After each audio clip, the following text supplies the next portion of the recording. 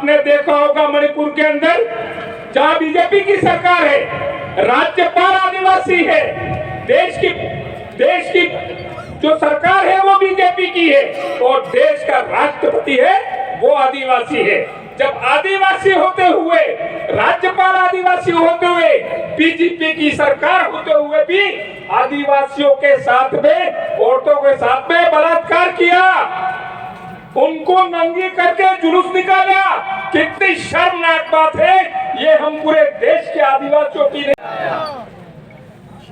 भारत आदिवासी party के ऐतिहासिक आगाज के अवसर पर मैं पीर प्रदेश के साथ साथ में पूरे देश के मालिक और मालकिनों का मैं उनके चरणों में नमन करता हूं, जोहार करता हूं और साथ में ही हमारे मंचासीन राष्ट्रीय कार्यकारिणी के सदस्यगण और मीडिया कर्मी आप सबका मैं हार्दिक जोहार अभिनंदन करता हूं। भाइयों, ये एक समय है जो 75 साल तक कांग्रेस बीजेपी ने राज किया और आपको मालूम होगा मानगढ़ में 1507 आदिवासी मारे गए थे। ये हमारे पूर्वजों का सपना था, उस सपने को भारत आदिवासी पार्टी साकार करेगी। हम ये कहना चाहते, हमारे मंच पर एक छोटी बच्ची है, वो गुम हो गई। इनके माता पिता यहाँ से ले जाए। अंजलि डेंडोर, राजू डेंडोर, इधर पिताजी का नाम है राजू डेंडोर, छोटी बच्ची है अंजलि डेंडोर। गांव का नाम नहीं बता पा रही है, छोटी सी बच्ची है। मंच के पास में आकर ले जाए।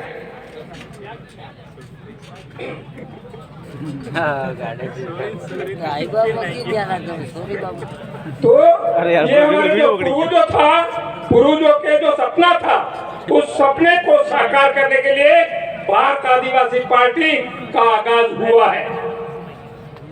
आप देख रहे हैं हम पूरे देश के अंदर जो नरेंद्र मोदी है वो स्पष्ट बहुमत की सरकार बनी थी, स्पष्ट बहुमत था। हमें स्पष्ट बहुमत सरकार की वजह से पूरे देश के अंदर कहीं आदिवासियों को अत्याचार हो रहे हैं, कहीं मुस्लिमों पे अत्याचार हो रहे हैं धर्म के नाम से, और कहीं देश के एसटी एससी में छुआछूत के नाम से हो रहे हैं। ये जो अत्याचार हो रहे हैं वो लगातार हो रहे हैं। आपने देखा होगा मणिपुर के अंदर जहां बीजेपी की सरकार है, राज्यपाल आदिवासी है, देश की जो सरकार है वो बीजेपी की है और देश का राष्ट्रपति है वो आदिवासी है। जब आदिवासी होते हुए, राज्यपाल आदिवासी होते हुए, बीजेपी की सरकार होते हुए भी आदिवासियों के साथ में, औरतों के साथ में बलात्कार किया, उनको नंगी करके जुलूस निकाला, कितनी शर्मनाक बात है। ये हम पूरे देश के आदिवासियों की नहीं, पूरे देश के लोगों के लिए शर्मनाक बात है। ऐसी सरकार एक घंटे नहीं रहनी चाहिए निश्चित रूप से। लेकिन राष्ट्रपति जो बनी हुई है वो गुलाम राष्ट्रपति है। ऐसे गुलाम राष्ट्रपति को शर्म आना चाहिए, नहीं तो मणिपुर की सरकार तो बर्खास्त करते, केंद्र सरकार की जिम्मेदार थी। लेकिन भाइयों और बहनों, आपने देखा होगा कि डूंगरपुर जिले में आपका आशीर्वाद था और 2 एमएलए बनाया आपने, और साथ में ही 13 जिला परिषद सदस्य बनाया, 13 जिला परिषद बनाया जो आदिवासी सिलेक्शन प्रणाली था उसके तहत, और कांग्रेस के 6 जिला परिषद सदस्य थे, बीजेपी के 8 थे। लेकिन 13 की जिला प्रमुख बननी चाहिए थी, लेकिन कांग्रेस और बीजेपी, ये कमल कांग्रेस पूज्य अरे पेड़ हुज्जी तो हुज्जा पूरा ताड़ ऊपर थज्जा। अरे क्या પણ આ જિલ્લા માથે એને ઝઘડો નથી જોઈતો આ એવી સાટગાંઠ है એટલે હું કેવું ચાહું ये पावर हमारा जिला परिषद में आप सबका था कि तेरा जिला परिषद से बना दिए ने अन्य कड़ा हुआ अब आपका फर्ज बनता है राजस्थान में भी बीजेपी और कांग्रेस गहलोत और वसुंधरा को बेलगाड़ी दो। ये आप करके दिखा सकते हो, आप करके दिखा सकते हो। आपके पास पावर है, आपके पास ताकत है। वो भी ताकत में 17 एमएलए तो बना दिए तो राजस्थान में जो सुन रहे हैं ये जो भारत आदिवासी पार्टी है उसको ज्वाइन करने तैयारी कर रहे हैं और निश्चित रूप से राजस्थान में जबरदस्त तहलका मचेगा और डूंगरपुर की पुनरावृत्ति हो जाए उसमें कोई शक नहीं हो। मैं कहना चाहता हूं कि पूरे देश के अंदर अब ये जो जलवा दिख रहा है, ये जो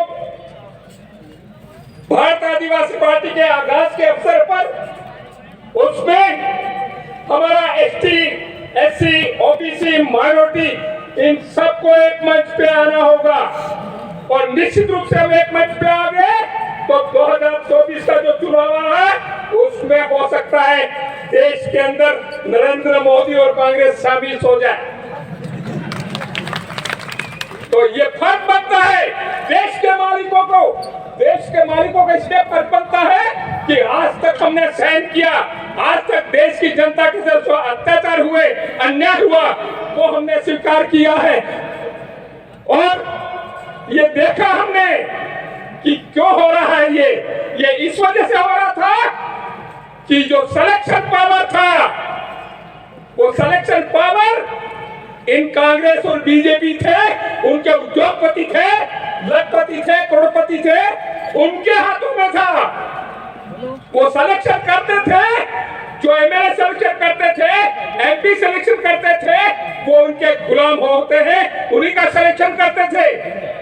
इसलिए मैं कहना चाहता हूं कि भारत आदिवासी पार्टी आई है वो जनता तय करेगी, जनता सिलेक्शन करेगी और जनता के द्वारा सेलेक्ट किया हुआ आदमी एमएलए बनेगा, एमपी बनेगा तो निश्चित रूप से पूरे देश के अंदर जनता एक बदलाव आ जाएगा।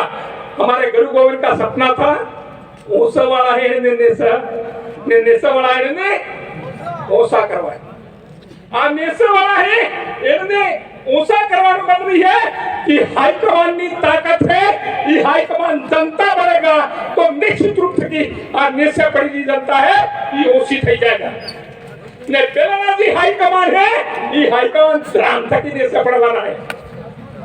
लेकिन ये हम सबका फर्ज है, हम सबका फर्ज है इस देश के अंदर जो बुद्धिजीवी है,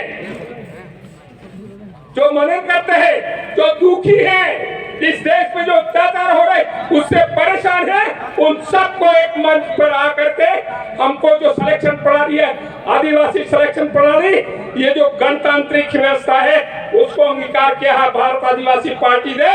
तो ये आप सब मानिए कि अब जो सिलेक्शन होगा वो सिलेक्शन ऐसा नहीं होगा, सिलेक्शन अब जनता तय करेगी। यदि जनता हम एमएलए हैं, जनता कहती है नहीं आपका काम नहीं है, आप बैठ जाइए यूं, तो हमको बैठना पड़ेगा। इसलिए नकवेल जो है ऊंट की, वो नकवेल हम जनता को देना चाहते हैं।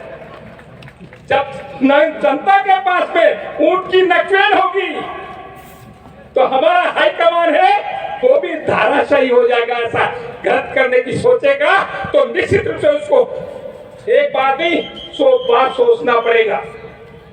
इसलिए मैं अंत में यही कहना चाहता हूं, शायद ये समय की चिट्ठी होगी तो मैं अंत में यही कहना चाहता हूं साथियों, ये देश के आप सबके ऊपर बहुत बड़ी जिम्मेदारी आ गई है। उस बहुत बड़ी जिम्मेदारी को हमको मिल करके हम जानते हैं हमारे पास पैसा नहीं है, सब कुछ नहीं है, लेकिन हमारे पास में संख्या बल है और संख्या बल है तो हम यदि थोड़ा थोड़ा उठा लेंगे तो भार उठा सकते हैं। इसलिए ये हमारा जो वोट है उस वोट के माध्यम से हम नरेंद्र मोदी तो क्या, भारतीय जनता पार्टी तो क्या, अच्छी अच्छी सरकारों को हम पलट के रख देंगे। इसलिए आपसे निवेदन है कि आने वाला समय है, उसमें हमारा वोट है, वो हजारों करोड़ों रुपया कीमती है। उस वोट को हमको सरकार को बदलने के लेना है, लेकिन ऐसी सरकार लाना है जो हमारे ऊपर अत्याचार नहीं करे और हमारा विकास का काम करे। इसलिए मैं चाहता हूं, आप सबसे निवेदन कर रहा हूं कि ये जिम्मेदारी हम सबको, देश के मालिक और मालकिनों को, आप सबको उठानी पड़ेगी और ये जिम्मेदारी हम उठाएंगे। निश्चित रूप से हम विजयी होंगे। इसी उम्मीद के साथ में आप सबका हार्दिक जोहार, अभिनंदन करता हूं और एक नारा बोल देता हूं, थोड़ा बोल देना आप। अरे जय जोहार का नारा है, ये आवाज दिल्ली तक जाना चाहिए, जयपुर तक तो पहुंच गई है। अरे जय जोहार का नारा है, अरे जय जोहार का नारा है। एक तीर एक कमान, ये तीर बराबर केंद्र सरकार में और राज्य सरकार में हो जाना चाहिए और वो धराशायी हो जानी चाहिए। यही बात करके मेरी बात खत्म हो। जय जोहार, धन्यवाद। धन्यवाद।